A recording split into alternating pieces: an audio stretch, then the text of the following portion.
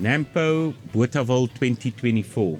I'm here with Cameron Watts, one of the technical managers of Kubota. Cameron, we're here with the baler. This baler is one of 3 that comes to South Africa. If I'm correct, the one is the variable chamber one.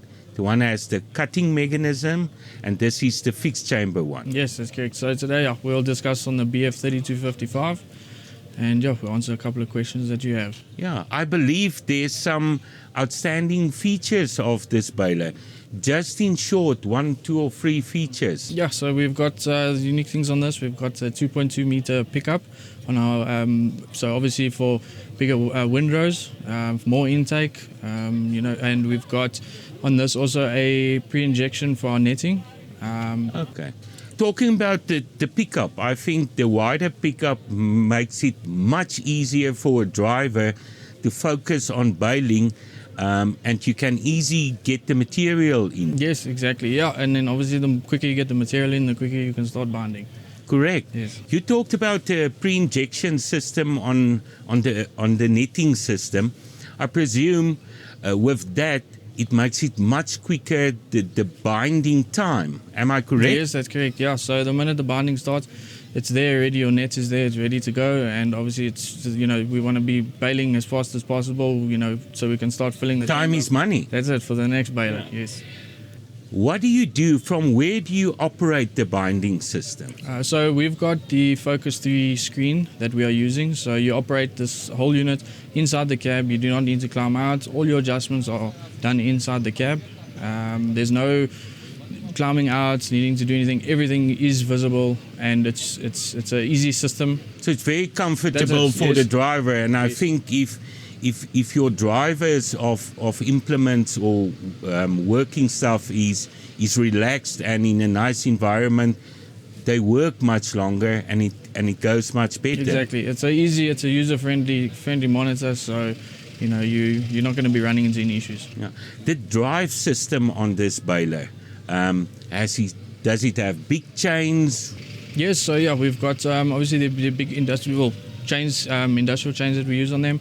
We get a decent amount of bales out of them. As long as we keep our maintenance correct and obviously daily checks. Yeah, and I see, if I'm correct on this baler, it's 1 1/4 inch yes, chains. 1 1/4 chains. Yes, that's correct. Yes. Normally the guys look at inch chains. Yes. Am I correct? Yes, that's correct. Yeah. So the durability of the chains will be much life better. expectancy, all of that is much better. Yes.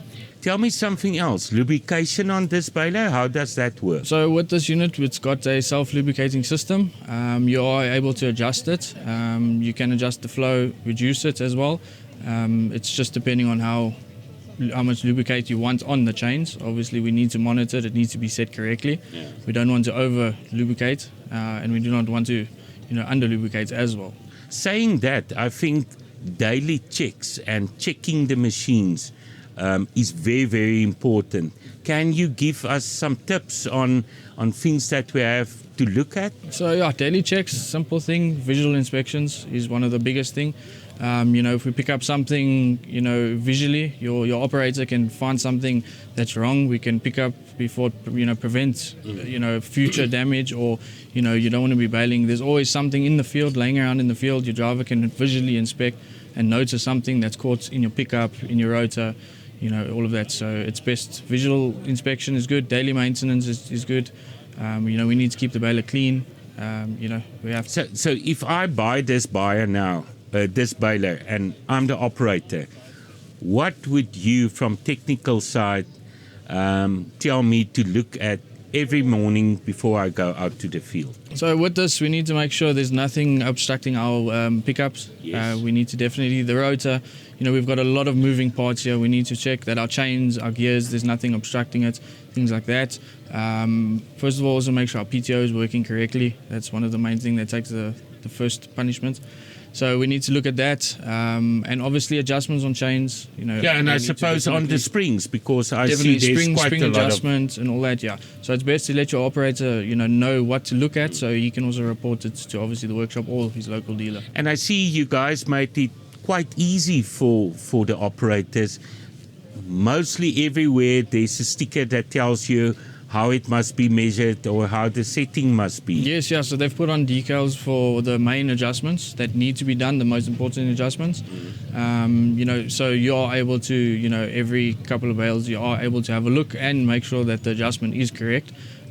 We're also available at one of your local dealers to, give them a call. There's assistance. The technical team are there to help if you do not understand. But it's very basic. It's all easy to understand. So if I can sum it up, I'm a new operator now.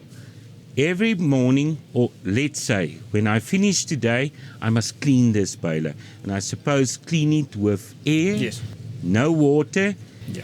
And after cleaning, check all the settings, check that nothing is wrong. If there's something wrong, I phone you guys or my nearest dealer, and Bob's your uncle. Definitely. No, I agree. Yeah, running it with air is the best thing to do. We do not want to put, obviously, depending what material you're baling, we don't want to have a build-up mixed with water. It builds up a compaction. You clean it, you grease it, And that's it. That's it. Cameron, thanks a lot. Thank you so much, Jan. I enjoyed talking to you, and good luck. Thank And I believe that you won't have a lot of problems in the future. Definitely won't. Thank Appreciate you it. very much. Thank you.